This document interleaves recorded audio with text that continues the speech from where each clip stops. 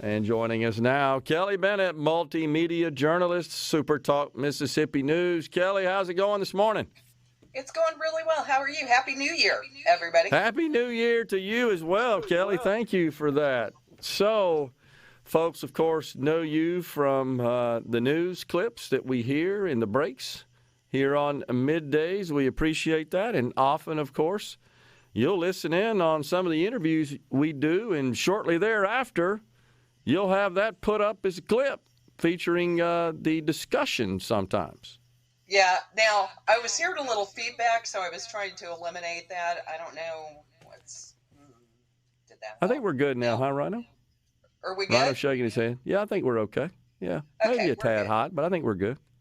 Yeah, it's fascinating, actually, what we do here as a group at SuperTalk, because you guys get all the state leaders on and the movers and shakers from the state.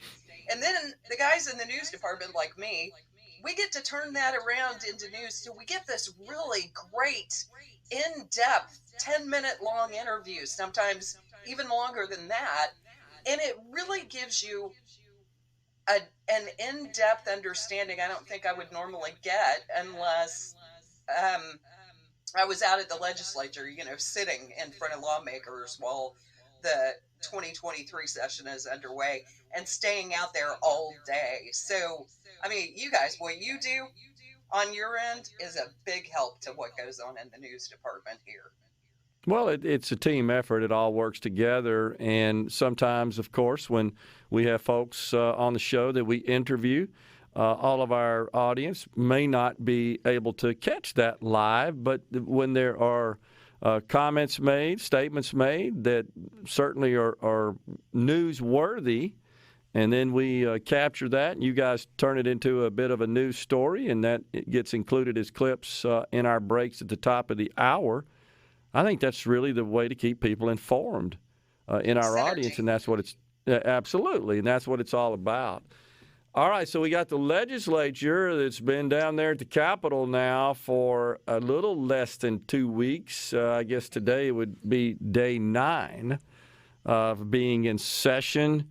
What's some of the key takeaways you think we've seen, certainly from the folks that we've been interviewing and just other stories that have caught your attention?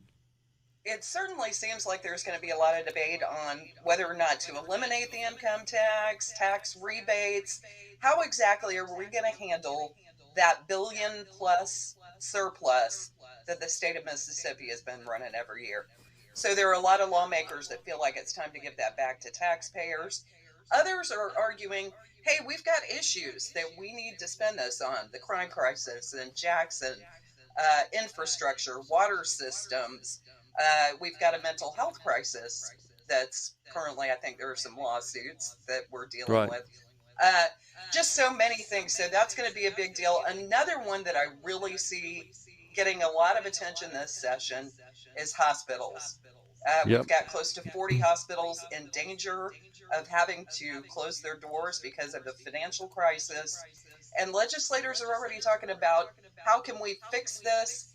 And there needs to be a short-term fix and a long-term fix. So that's gonna take front and center, I think, in the 2023 session. Yeah, and then you've got the minority party. The Democrat Party has also published their agenda as well, which, of course, includes Medicaid expansion and financial aid for the healthcare community. I think those are probably the top items on their list of priorities. I don't know if that gets much traction, if at all, in this legislative session, but they're still pressing forward with that no matter. And then, of course, we've got Brandon Presley announcing his candidacy for governor. It's funny you bring that up because that was going to be where I went next. Do you realize that there are actually 3 candidates in the governor's race already? I'm not sure that I do. We have Brandon. We have, of course, Governor Tate Reeves. And then do we have a libertarian candidate as well? Now there's another Democrat, according to what I understand. And I haven't heard this anywhere until this morning.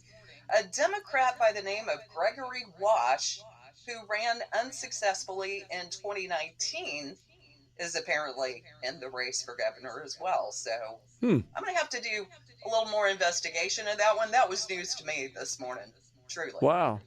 Wow. That's incredible. So we got to say an interesting race at a minimum, do we not? And with the Democrat Brandon Presley taking on Governor Tate Reeves. Of course, that we won't see a lot of that until the general. But if neither, other than I guess at this point Brandon has a Democrat primary opponent, the governor I do not think at this point has drawn a primary opponent. They may just focus on each other. Brandon already is. Yeah, he definitely came out on the attack yesterday with that video he released, which, by the way, you can watch that at SuperTalk.fm if you'd like to. I think what's going to be interesting about the governor's race is in the last general election, I heard a lot of talk about split votes. People weren't voting party so much in that election as they were for the candidate. And I'm interested to see who Mississippi supports in the governor's race as a result of that. Are we going to go Democratic, Republican, which is where we've tended to vote, or are we going to split that ticket? Or are we going to, I think it makes for a really interesting race. Yeah. No doubt about it. At this point, we've got Lieutenant Governor Delbert Hosemann, who is already qualified for re-election. He hasn't drawn a primary opponent.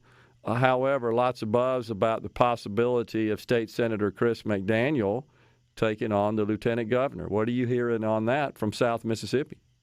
I've heard the rumor on that as well. I haven't seen anything official on that, but all of these candidates, anybody that wants to run for office in the state of Mississippi this year, has until February 1st.